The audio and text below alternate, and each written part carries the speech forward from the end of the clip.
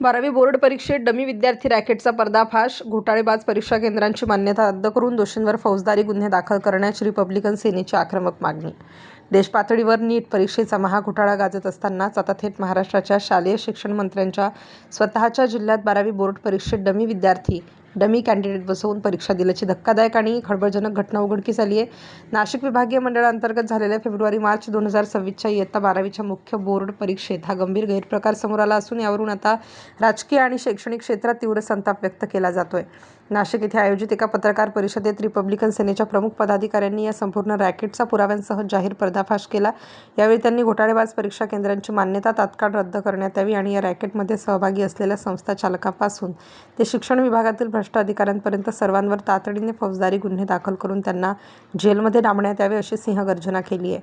नाशिक विभागीय मंडळाअंतर्गत असलेल्या परीक्षा केंद्र क्रमांक 201 कैलासवासी विलास नाना सोनवणे उच्च माध्यमिक विद्यालय, डांग, सौदाणे, तालुका बागलाण येथे विज्ञान शाखेचा मूळ विद्यार्थी हरिभाऊ पांडुरंग जाधव बैठक क्रमांक S02090 याच्या जागी एका बेकायदेशीर डमी विद्यार्थ्याला बसवून परीक्षा ठेवण्यात आल्याचा प्रकार पुराव्यानिशी समोर आलाय. प्रामाणिकपणे रात्रंदिवस अभ्यास करणाऱ्या लाखो विद्यार्थ्यांच्या भविष्याशी खेळणारा हा अत्यंत लाजिरवाणा प्रकार असून त्यामुळे शिक्षण मंडळाच्या विश्वासार्हतेवरच मोठा प्रश्नचिन्ह निर्माण झालाय.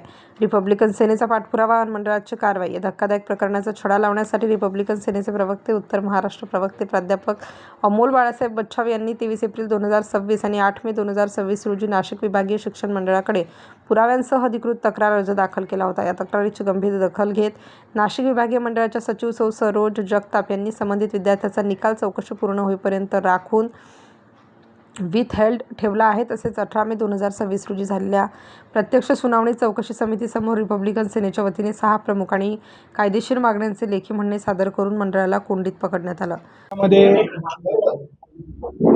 देशामध्ये झालेलं नीट पेपर जो फुटला आणि फुटल्यानंतर ज्या लाखो विद्यार्थ्यांच्या जीवनाशी खेळण्याचं कट कारस्थान या सरकारने केलं, त्याच पद्धतीने त्यांच्याच पावलावर पाऊल ठेवून महाराष्ट्र सरकार सुद्धा या ठिकाणी शिक्षण व्यवस्थेचे 12 वाजवण्याचं कट कारस्थान करत आहे.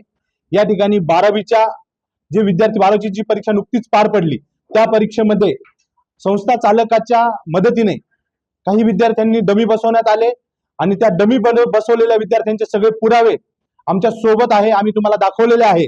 तरीही या माध्यमातून त्यांना पाठीशी घालणारे जे शिक्षण मंत्री आहे दादा भुसे यांची आम्ही आपल्या माध्यमातून राजीनामा मागतो आहे की सदर संस्थेला आपण पाठीशी घालून जे 12वीचे डुप्लिकेट विद्यार्थी बसवता आणि जे ओरिजिनल विद्यार्थी आहे, जे अभ्यास करून पास होत आहे, त्यांच्याशी जीवनाशी आणि त्यांच्या अभ्यासाची खेळण्याचं जे कट कारस्थान करत आहे, यासाठी शिक्षण मंत्र्यांनी राजीनामा द्यावा आणि केंद्राच्या माध्यमातून नीट फुटी प्रकरणात केंद्रीय मंत्र्यांनी राजीनामा द्यावा व शिक्षण व्यवस्था सुरळीत करावा अशी आपल्या माध्यमातून विनंती करतो.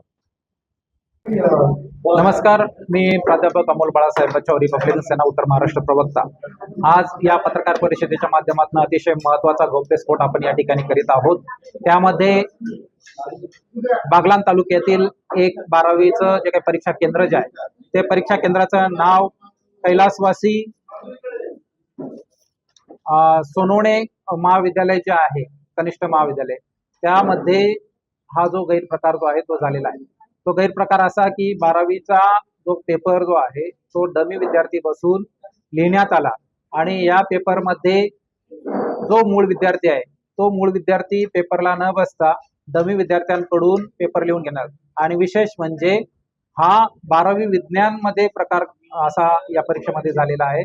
तो निश्चितच गंभीर आहे आणि जे संस्था चालक जे आहे ते संस्था चालक स्वतः शालेय शिक्षण मंत्री दादाजी भुसे यांच्या निकटवर्ती आहे आणि जो परीक्षार्थी जो आहे तो मुळातच मोठा गुंड प्रवृत्तीचा व्यक्ती आहे. त्याच्या विरोधात अनेक गुन्हे देखील दाखल आहेत आणि त्याने या प्रकारामध्ये स्वतः इतर लोकांना बसून पेपर लिहून घेतलेले आहेत. एका पेपरला तो स्वतः ब्लॉकमध्ये बसलेला दिसतो. एक पेपर स्वतः बायोलॉजीचा जो पेपर आहे तो शिक्षण संस्था चालकाच्या दालनामध्ये पेपर लिहिला जातो. अशा पद्धतीने गंभीर प्रकार जे आहेत ते घडलेले आहेत.